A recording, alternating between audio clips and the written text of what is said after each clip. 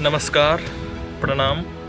लोकवाणी में आज हम बात करेंगे लोकसभा 2024 की। लोकसभा 2024 का परिणाम हम लोग के सामने में आ चुका है और एनडीए भारी बहुमत से सरकार बनाने जा रही है। एनडीए ने जो इतने बड़ी जीत दर्ज की है और विशेषकर बीजेपी जो कि करीब 240 सीटों के करीब है, आखिर उसके जीत का अहम कारण क्या है, उसी कारण पर आज हम बात करेंगे, जिसमें से 5 बड़े कारण हम आपको बताएंगे कि आखिर ऐसा क्या कारण है जो बीजेपी को 2014 के बाद से इतनी बड़ी संख्या में वोट मिलते हैं। सबसे बड़ा पहला कारण है तो वो हम आपको बताएंगे कि भाषा।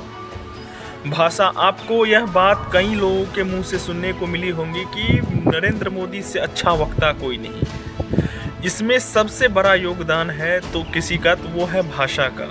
आप यदि गौर करेंगे तो नरेंद्र मोदी की जो भाषा होती है वह खड़ी बोली यानी हिंदी होती है, और वो जहाँ पर भी जाते हैं यानी वो मिथिला में आते हैं तो उनकी पहली पंक्ति जो होती है, वो पहला लाइन जो होता है वो मैथिली भाषाएं बोलते हैं। जैसे वो उड़ीसा जाते हैं तो वो उड़िया भाषाएं बोलते हैं, महाराष्ट्र जाते हैं तो वो मराठी भाषाएं बोलते हैं, तमिल जाते हैं तो वो तमिल भाषा में बोलते हैं, तमिलनाडु जाते हैं तो इसी तरीके से वो देश के जितने भी राज्यों में जाते हैं उस राज्यों की वो पहली भाषा जो उस राज्यों की होती है वो अपना पहला संबोधन उसी भाषा में करते हैं। इससे होता क्या है तो लोगों के मन में एक खास जुड़ाव महसूस होता है।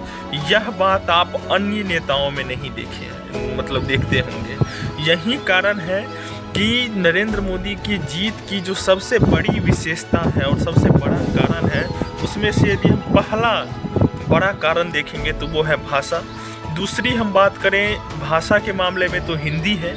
इस देश में 80% से ज़्यादा लोग भी हिंदी जानते हैं। यही कारण है कि नरेंद्र मोदी जब कुछ बोलते हैं तो चाहे वो मजदूर वर्ग का लड़का हो या किसान वर्ग का हो, वो सारे लोग उनकी बातों को समझते हैं। यही कारण है कि जो लोग उनकी बातों को समझते हैं वह उनकी भाषा को प्राथमिकता देते हैं। अगर हम दूसरे अहम कारण की बात करें तो वो है दूसरा अहम कारण कुशल राजनीतिक प्रबंधन। आप यदि एक चीज़ देखे होंगे कि बीजेपी के कैंपेन में तो नरेंद्र मोदी ने सिर्फ रैलियां ही नहीं की बल्कि कई रोड शो और इसमें से पटना से लेकर के बिहार के कई ज़िलों में और देश के तमाम कई ज़िलों में उनका रोड शो जारी है ना। अब यदि हम इसी तरीके से बात करें तो सोशल मीडिया से लेकर के तमाम बड़े बड़े अखबारों से लेकर के विज्ञापन का जो एक मुहिम होता है वो चलाना है ना। और कुशल राजनीतिक प्रबंधन में हम देखेंगे कि उन्होंने तमाम वैसे प्रयास किए जो कि बाकी राजनेताओं ने नहीं किए, विपक्षी पार्टियों के नेताओं ने नहीं किए। उन्होंने एक दिन में कम से कम 3 से 4 रैलियां की। इसी कारण हम देख सकते हैं कि यह जो कुशल राजनीतिक प्रबंधन है यह बीजेपी के जीत का दूसरा सबसे बड़ा कारण है। तीसरे अहम कारण की बात करें तो वो है सांस्कृतिक पहचान। नरेंद्र मोदी की छवि को लेकर एक बहुत बड़ा मीम बनता है कि यह जैसा देश वैसा भेष वाली यह रणनीति अपनाते हैं, लेकिन वहीं पर ये विपक्षी पार्टियां चूक कर जाती हैं। वो जहाँ पर भी जाती, जैसे वो मिथिला आते हैं तो वो पाग पहनते हैं, गुजरात जाते हैं तो वो पगड़ी धारण करते हैं, राजस्थान जाते हैं तो वो पगड़ी धारण करते हैं। यही कारण है कि वहाँ की लोक वेशभूषा को अपनाना नरेंद्र मोदी को बाकियों से अलग करता है। भले ही लोग उनकी आलोचना करते हैं कि वह तमाम तरीके के वस्त्र पहनते हैं, वहाँ की वेशभूषा को अपनाते हैं, लेकिन यही कारण है और यही वजह है कि लोग उनसे जुड़ाव महसूस करते हैं। लोगों को ये होता है कि इन्होंने हमारी अपनी भाषा बोली है, हमारी अपनी वेशभूषा को अपनाई है। तो इस कारण नरेंद्र मोदी के जीत का सबसे बड़ा अहम कारण तीसरा सांस्कृतिक पहचान भी है। हम देखेंगे कि वो तमाम हिंदू की जो शाखाएं हैं, चाहे वो बौद्ध हो, चाहे वो जैन हो, चाहे वो सिख हो, इस बीच में नरेंद्र मोदी का गुरुद्वारा में एक लंगर परोसते हुए तस्वीर वायरल हुई थी। ये सब क्या है? ये सब सांस्कृतिक पहचान है। वो ये दिखाते हैं कि जो हमारी इस देश की सांस्कृतिक अस्मिता है, सांस्कृतिक पहचान है, मैं उसका अनुसरण करता हूं और आप लोग भी करिए।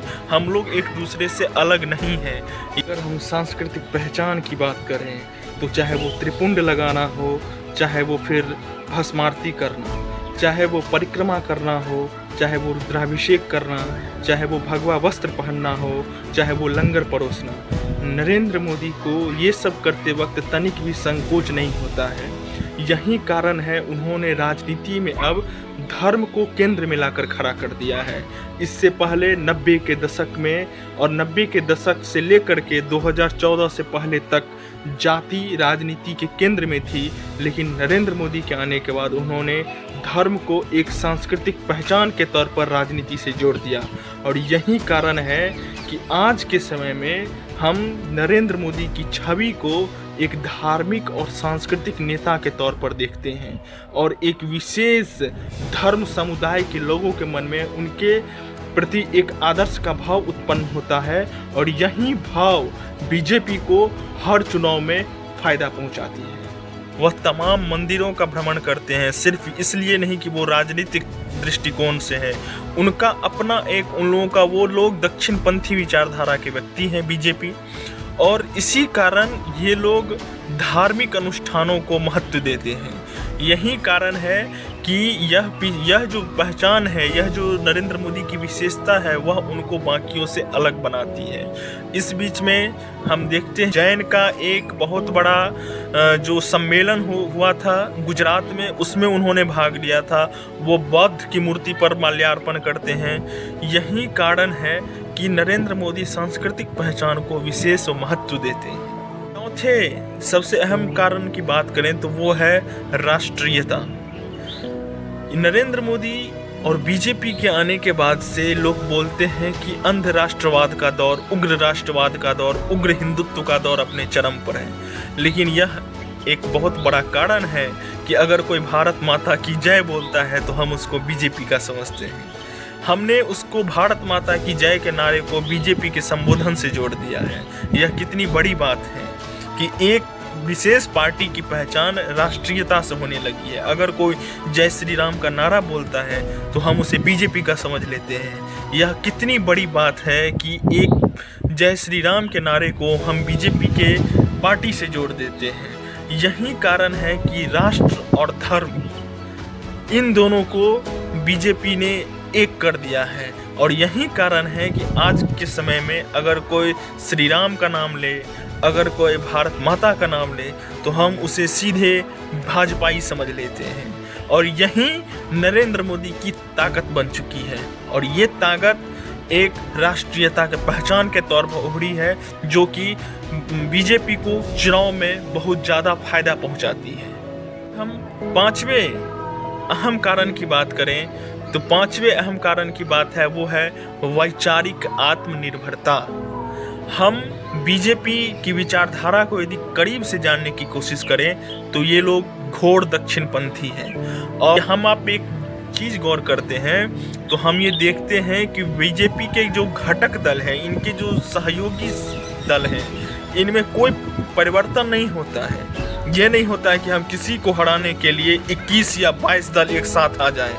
नहीं, ये नहीं होता है। इनमें जो एनडीए में जो घटक दल हैं, इनके जो सदस्य दल हैं, यह हमेशा से रहते हैं।